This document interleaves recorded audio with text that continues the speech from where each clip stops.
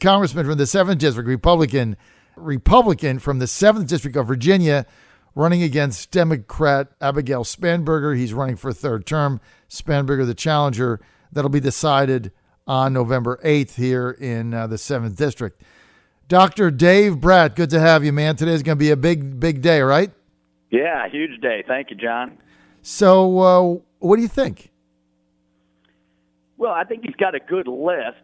Leonard Leo and a bunch of constitutional experts made sure that of the group, all 20 or 24 people on that list believe in the Constitution and that the role of the judiciary is to follow the law and interpret the law, not make the law. And so that's the biggest distinction usually between the conservative judges and the more activist judges who believe they can kind of get a feel of the culture of the day and then interpret the law to make a new law that they think applies to the culture or to their own political ideology.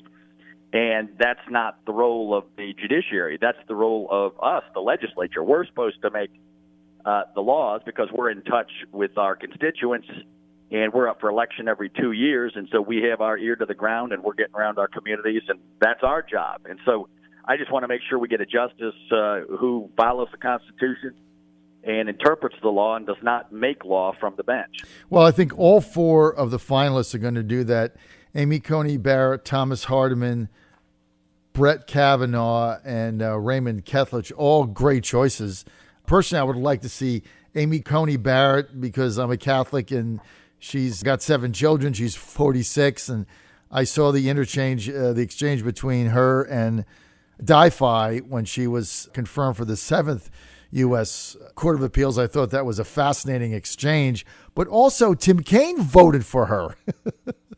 So now I'd have to turn around and vote no. Like she was good then, but she's not now. And it's only 12 months. That would be an interesting twisting yourself into a pretzel, so to speak. Oh, I would love to see it as well for the exact same reasons. I mean, it's interesting. The conservatives, we always talk. We fight like Cub Scouts, and the left fights like trained warriors. And this makes it more clear, right? That Dianna Feinstein, you were referring to Di-Fi. She questioned her judgments based on the fact that she has a faith. She thinks that because you're Catholic, it might disqualify you. Well, yeah. And so I hope all the Catholics out there are listening to what this means. That if you cling to the fundamental tenets that made this country great, the Judeo-Christian tradition, 70 million Catholics can be disqualified simply because they believe in God. And that's a new day. The left is going so far off the rails, JFK wouldn't know what the Democratic Party was anymore, right? He did tax cuts, proud Catholic, American sovereignty. The left is off the tracks altogether. And so, yeah, I would love to see Amy Barrett up as well. She's got a stellar track record intellectually, constitutionally. And I want to see that test, that the Democrats cannot discriminate on the basis of religion. It's just simply stunning. Well, Dr. Brett, here's the thing. See, it's okay to be a Catholic if you're just a Catholic in name only. But if you're a practicing Catholic, that's like, what? Who does that? So that's kind of what Feinstein's question was like. What do you mean you're a practicing Catholic? I never met anybody that does that, was almost her line of questioning. So she doesn't really understand it. So I get it. And I happen to be a fan of Di-Fi because I think for the most part, based on her San Francisco roots, she does try to do the right thing. But that line of questioning was fascinating to me. So it is gonna be interesting, and we'll see. Look, it's all gonna be played out tonight, and if you're still up, you can catch me on CNN with Cuomo at midnight. You'll probably be in bed though, because you got a full day of working and campaigning. Speaking about campaigning, all you have to do to win is run on this Trump economy. I mean, look at some of these numbers. I mean, it's incredible. You got manufacturing is up, jobs are up. You got another 216 jobs added. The other thing is you got another 600,000 people have entered the job market, Dr. Brat, basically that were not even looking for a job, which ticked up the unemployment rate, which is a good thing because they're re-entering in. Hispanic unemployment is at the lowest ever. Black unemployment at an all-time low. I mean, the job numbers are phenomenal.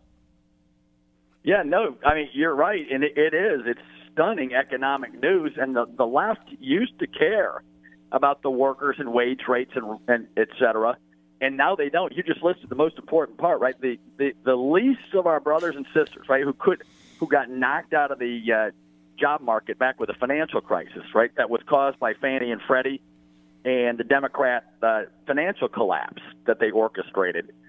Now people are finally getting back into the labor market. Wages are going up 3%. They're going to go up more. And what does the left want to do in response to this stunning economy? They want to open the borders to allow in cheap labor so that the cronies and the big corporations can get cheap labor instead of American wage rates going up and caring about the American worker. And so you're right. The unemployment rate is all-time low. Economic growth, the Atlanta Fed has us growing at 4.5% next quarter. And go back and read all of the Democrat commentary right after we pass the tax cuts. That's the most important thing for rational voters to do. Mm-hmm. Go back and read every candidate who's running for Democratic office and read what they said caused economic growth.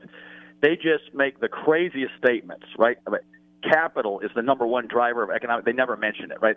They'll make stuff about saying education or this, and of course I believe in education. I spent my whole life doing education, but we haven't seen any radical education reforms by the Democrats.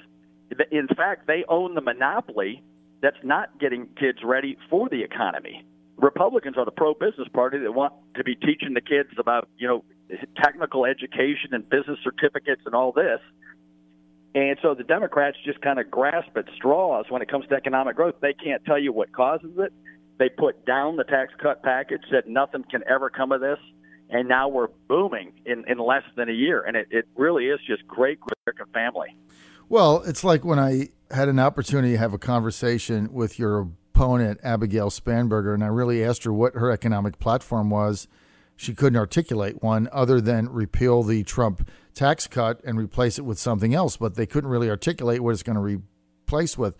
Some of the other Democrats I have on lampoon the fact that the personal tax cuts are going to expire in, a 7-year period, and the corporate rates are permanent. But that's kind of a silly argument because when it comes time to reset those, they're not going to expire. They're going to get passed again, could be bigger. They're certainly not going to be taken away. And that was only done in order to get it through the procedural votes because you have certain caps or whatever. So that's kind of a phantom argument to me, isn't it?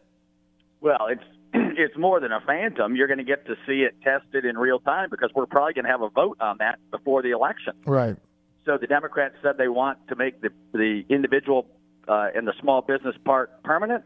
We're going to have a vote on it. Watch how they vote. Wait till you see that one. You will not believe your eyes. They'll vote no on what they said they wanted to do. Right? That's the catch-22. They say they want to help the DACA kids and et cetera, and then they vote no. Then they won't vote no. vote for anything. They would not one Democrat voted for tax cuts.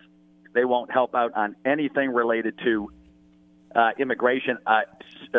Senator Ted Cruz has a bill to unify parents and kids. I'm leading the charge in the House on that bill. And Schumer came out the night we put the bill in and said, nope, we're not going to do it, right? So we have a bill to unify parents and kids. Schumer said no to that because they just want a political issue. Yep, they don't want a solution. Right. And so it's clear what the left is doing, right? If you solve these problems of the economy and get everybody jobs, and if you solve immigration, why do you need a Democratic Party? Exactly. And the answer is no one can come up with a good reason. Why would you need a Democrat Party if everything's going great? Well, I'm just looking for a policy. So far, I haven't found one other than obstruct. But let me just ask you this. I got to get to the elephant here in the room, Congressman, and I know you're short on time. Are you going to campaign with senatorial Republican candidate Corey Stewart in 2018 or not? I think you know the answer to it based on what I've said to every reporter on every personality for 3.5 years. Just always try to get you into these personality horse race contests. I don't go that route ever. I don't endorse in primaries. I stay away from the personalities. For me, it's just a matter of every Republican should be running on the Republican platform, and that's what I support. I support those principles. I don't get into the personality drama. I don't endorse. I don't ask for endorsements. And that's the way I run my campaign. The Republican platform and the Republican creed has all the principles, so any candidate that's running on that, we're in unison. If they don't, then we're not in unison. And that's how I do it, right? President Trump did hit a home run on the tax cuts. I, of course, voted for that. I was a cheerleader pushing that like crazy on TV. On the first health care bill, where the price didn't come down for premiums on our own bill, I opposed the White House and our leadership and everybody. And so for me, it's not a matter of personality. It's just a matter of, do I agree with that principle or not? On the huge omnibus budget, it was way too big.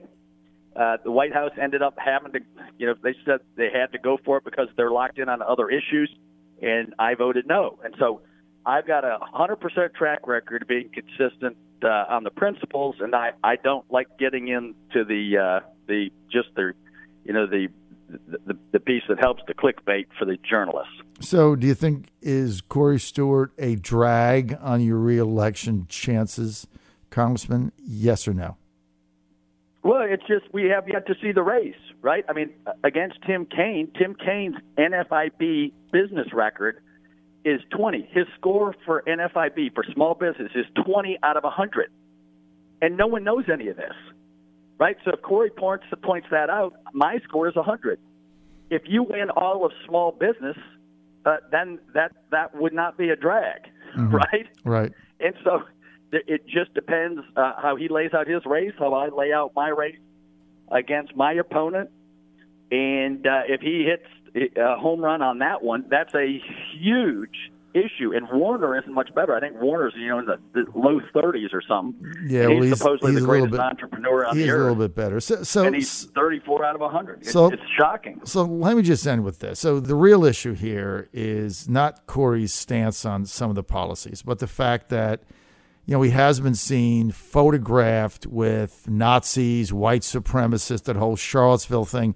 I mean, he was in photos with them.